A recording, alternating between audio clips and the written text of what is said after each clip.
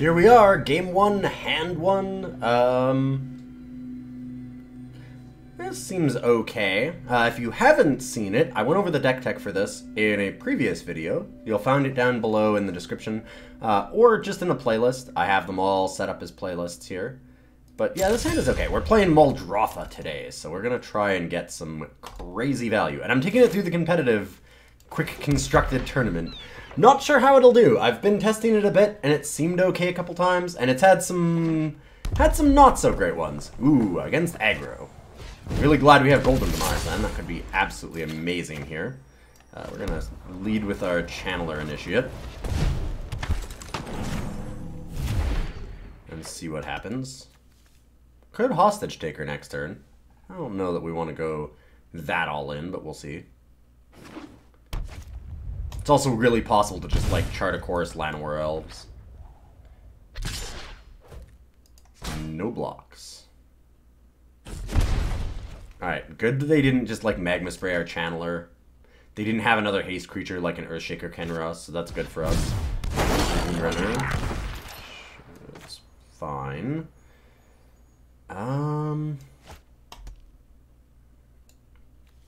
I'm really tempted to chart a course Llanowar Elves here and try and set up for a big Golden Demise. We can try and grow from the ashes after that if we get there. So we can play a tapped Memorial to Folly. What am I discarding? That's a good question. Because I obviously really like Chupacabra and Hostage Taker. They're really great to have in the graveyard for Muldrotha, Scarab God kind of tricks later, Liliana. But right now, they're not super useful to throw in there. I'm going to need them just to stabilize and stay alive. Could just be an island, honestly. Or maybe it's the Llanowar Elves.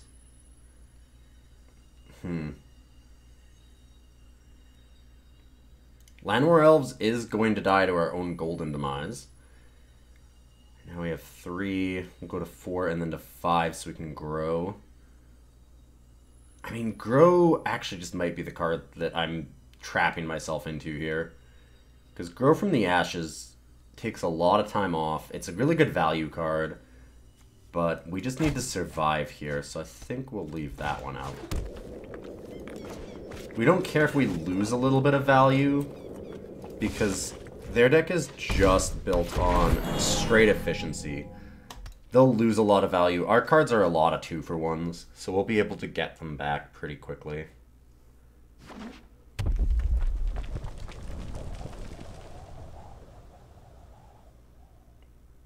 Alright, taking at least 3 damage. I imagine more. There's On-Crop. This feels like I'm going to want to Golden Demise. So let's block, take the 3, and then we'll golden here.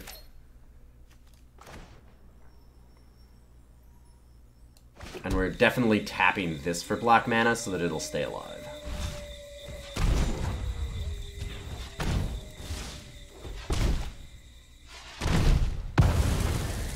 Nice little 3-for-1. Although we did use our Llanowar Elves to chump block, so a little bit less than ideal. Still okay, though. I mean, now we've got Chupacabra and Hostage Taker. Even if they get, like, a Hazard, Hostage Taker can remove that out of the way.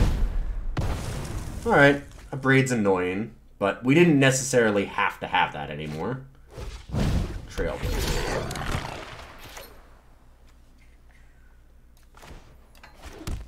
Wild. I'm gonna search for a swamp, because we can use our, Ifnir Deadlands here to kill that Trailblazer and Earthshaker Kenra or something later. I had to pay a life, but I think it's worthwhile to just get rid of this Trailblazer for now. We don't want a Hostage Taker because there's a good chance they have something like Hazard. If they have Hazard, I need Hostage Taker to kill it. And what do we have from the opponent? Hey, look! It's that Hazard that I was talking about. I'm gonna take the damage. It's kinda greedy. Just kind of. And then we're gonna really hope that our opponent doesn't have the removal for the Hostage Taker. Because if we can play Hazoret on our side, then we're okay. We've got to let the hostage taker live, though. Please don't have it. Please don't have it. They were down to 1 card. Alright, well. Unfortunate. We can play Scarab God. I think that I just chump block with the Chupacabra now. Because those are going a little too low. Really unfortunate that they had the removal there. Ooh. Alright, Liliana can do it. I have to -3, but it's faster than Scarab God. Because otherwise we don't want to block with Scarab God and we just have to take 5. You will watch me as I kill you. I mean, generally you have to, yes. That's the way killing works. Alright, let's take out Hazoret. If they don't top deck well, I'm feeling pretty good about it. If they top deck another Lightning Strike, well, just not our day, I guess. Maybe? It's looking good. They're paused, so I would imagine if they had like a Magma Spray or a Braid or something like that where they just windmill slam it on Hostage Taker because it's so good. They can use the Ruins. Oh wow, On-Crop Crash. That's still really good. That's still really, really good. That's still a fantastic draw here, actually. They're just deciding what they want to kill, whether they just go straight for us or whether they go for the Liliana.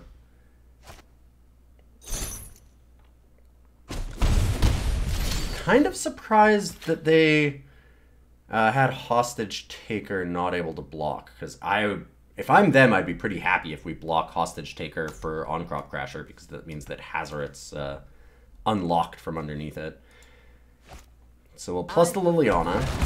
This is tough, because, I mean, I really don't want Hazoret to come back, so it means that I should probably play it, but I also wouldn't mind just Ravenous Chupacabra. I guess we've got to turn off thanks to them exerting the on-crop. That really feels like it gave us an opening here. We've got to play that.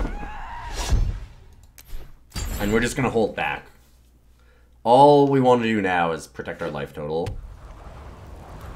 Ooh, they have enough deserts that we're in trouble. How do we gain life fast? I need to find our Orazca Relic. We've got Karn in the yard. I need to find Muldrotha. Any way for me to draw cards? Not really. I mean, I can grow from the ashes, which is okay. Let's plus Liliana, see if we can't hit like a Muldrotha or something so we can start going off. We don't have a lot of time. Never hurts. Not a lot of time at all. 1, 2, 3, 4, 5. If we do that, then we're still missing out on playing either Scarab God or Ravenous Chupacabra. I need to try and get as much pressure down here as possible so that we can maybe try and race them. I'm not sure how we're going to win this. It's going to be tough. It's going to be very tough.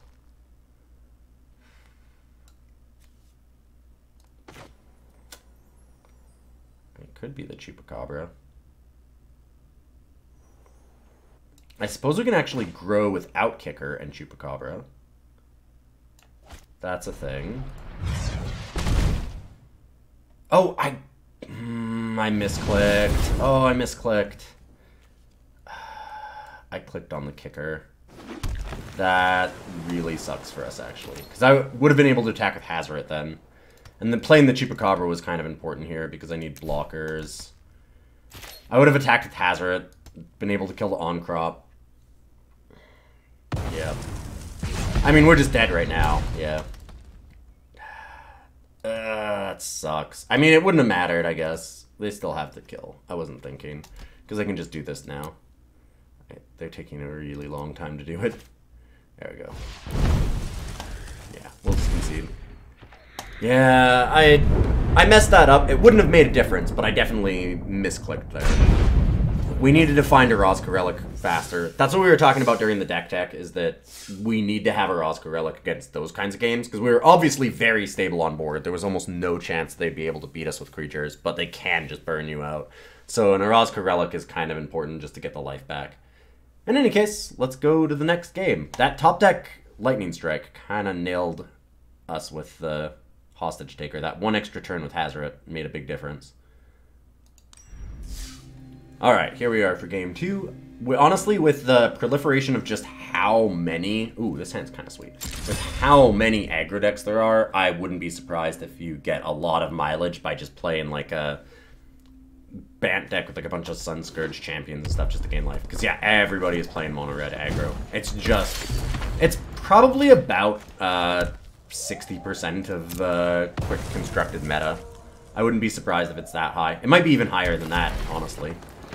You play it about 4 or 5 times per 7 games if you play a quick construct and you actually go 7 wins. It's pretty ridiculous how common it is. So you can start just like playing around it a little bit. I might just want to Drover here right now. I need to try and get down Karn or Hostage Taker fast. We'd probably just minus Karn too to try and get some artifacts to block. Yep.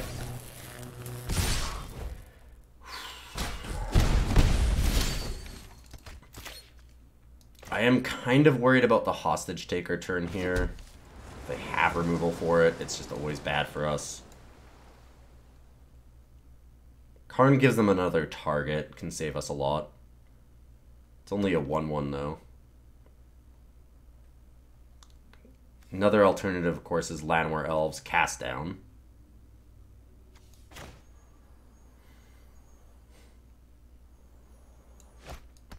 If I go Llanowar Elves now and hold Cast Down, is there any advantage to that? I'm going to have 6 mana next turn then. Instead, I could Muldrotha.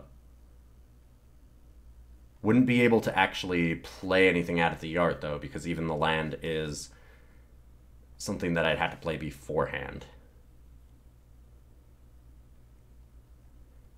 The odds they have creature removal is so high. I think I go for the Muldrotha next turn and hold up Cast Down right now.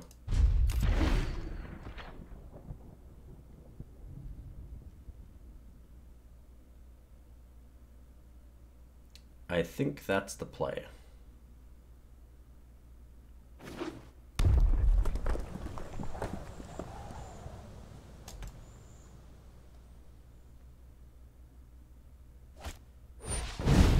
Woof. Double On-Crop Crasher is a sick, sick hand. They've got a really, really good one. This is going to be tough. I'm glad they don't have a Magma Spray, at least. It doesn't seem like they do.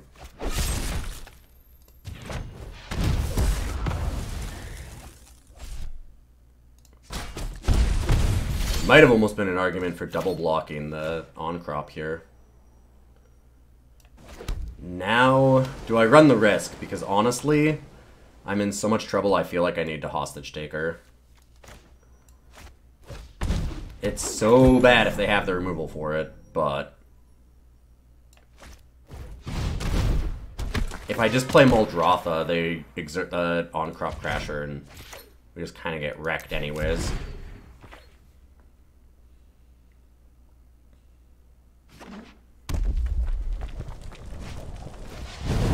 Glorybringer. Yeah, they have a very, very good curve. I will probably double block this Soul Scourge Mage, honestly. I only lose a Llanowar Elf, get rid of a threat. I can buy it back with Muldrotha, too. There's Hostage Taker again. So we can Muldrotha, pull back Evolving Wilds. They've got On-Crop. Still have 2 cards in hand, too.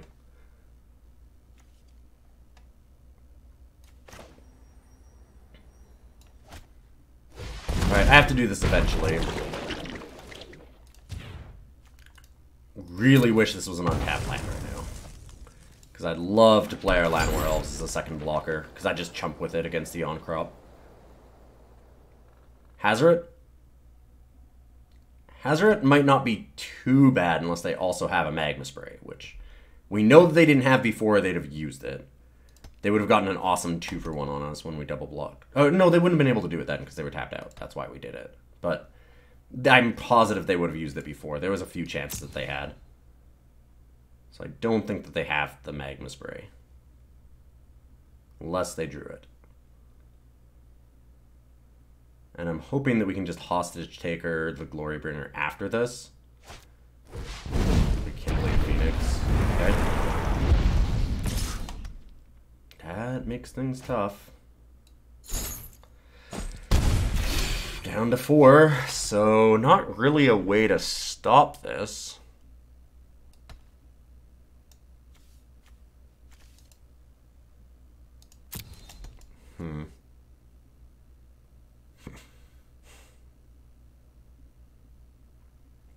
We don't have quite enough to like Hostage Taker and Liliana. We're not super far off from doing it, but far enough.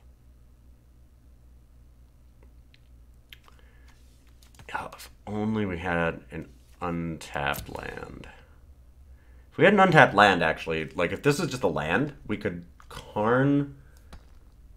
No, I don't know that that would be enough either because of the flyers. Yeah, it still just wouldn't matter.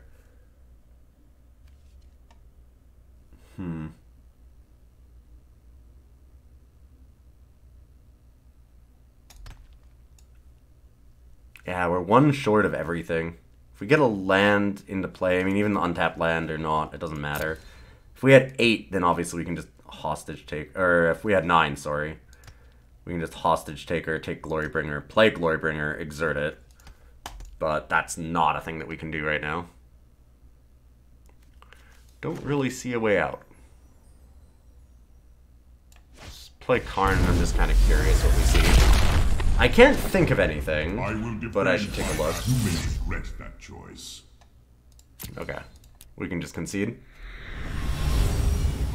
That last game really highlighted that maybe instead of Hostage Takers, I should even just be running more Ravenous Chupacabras because of how many mono red decks there are. It's just incredible how many there are.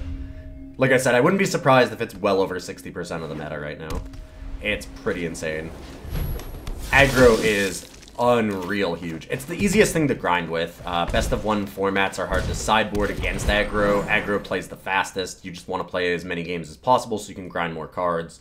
You want to spend the least amount of time a day having to grind for your daily quests. So aggro takes over really, really fast. And so it's just absolutely everywhere. We're seeing another one here. Probably a really good idea to run like maybe even another Golden Demise.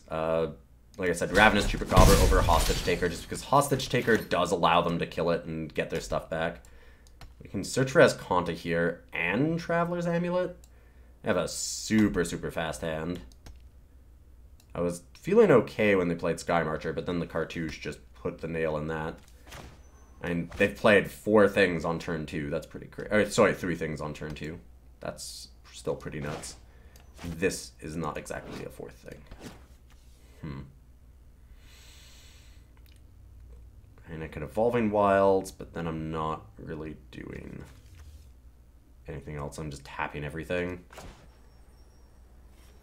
We can go for a Swamp, so we can try and race to Liliana, because Liliana will stop a lot of things.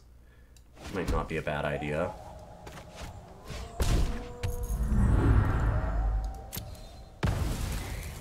But we only have the 1 Swamp, don't we? Or, yeah, we only have the 1.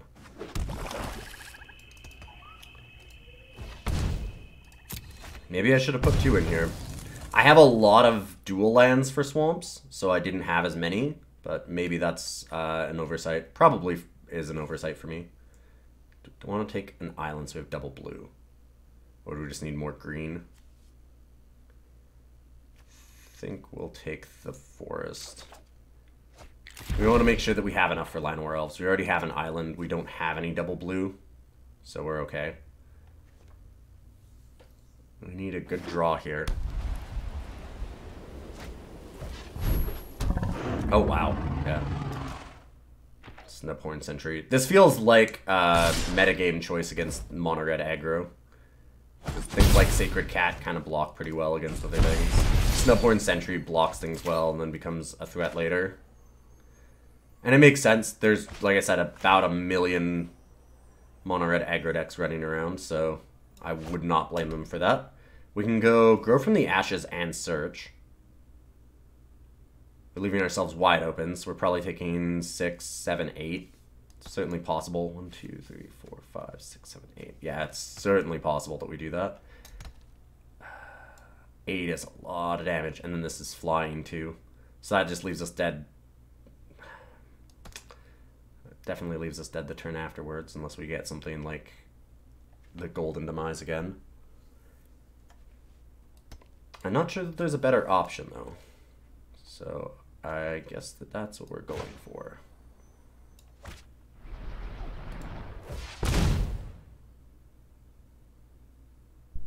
Grow from the Ashes, Island, and Cemetery. Search. Pass the turn. Needed another board wipe here. Or like a Ravenous Chupacabra would have been awesome. Ravenous Chupacabra this turn would have been great. Just kill Sky Marcher and we're in wonderful shape. But Hostage Taker, same thing. We have a lot of answers, I think. We're just not hitting them right now. Alright. Yeah, Chalet definitely ends the game here. I can't win against that. Ramps up too much of their board. Alright then. Well, there's kind of a rule against showing off a deck that goes 0-3 right away. But you know what?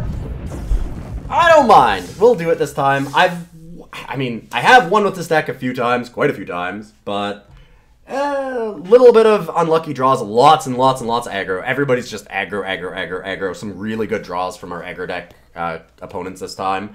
We had some close games. That first game was really, really tight. If we just actually had them miss the lightning strike for a turn, I'm pretty sure we win that easily. But, you know, they had great draws. Our draws were a little bit clunky. This deck is kind of clunky, but it's super, super fun to pilot as long as you're not playing only aggro decks.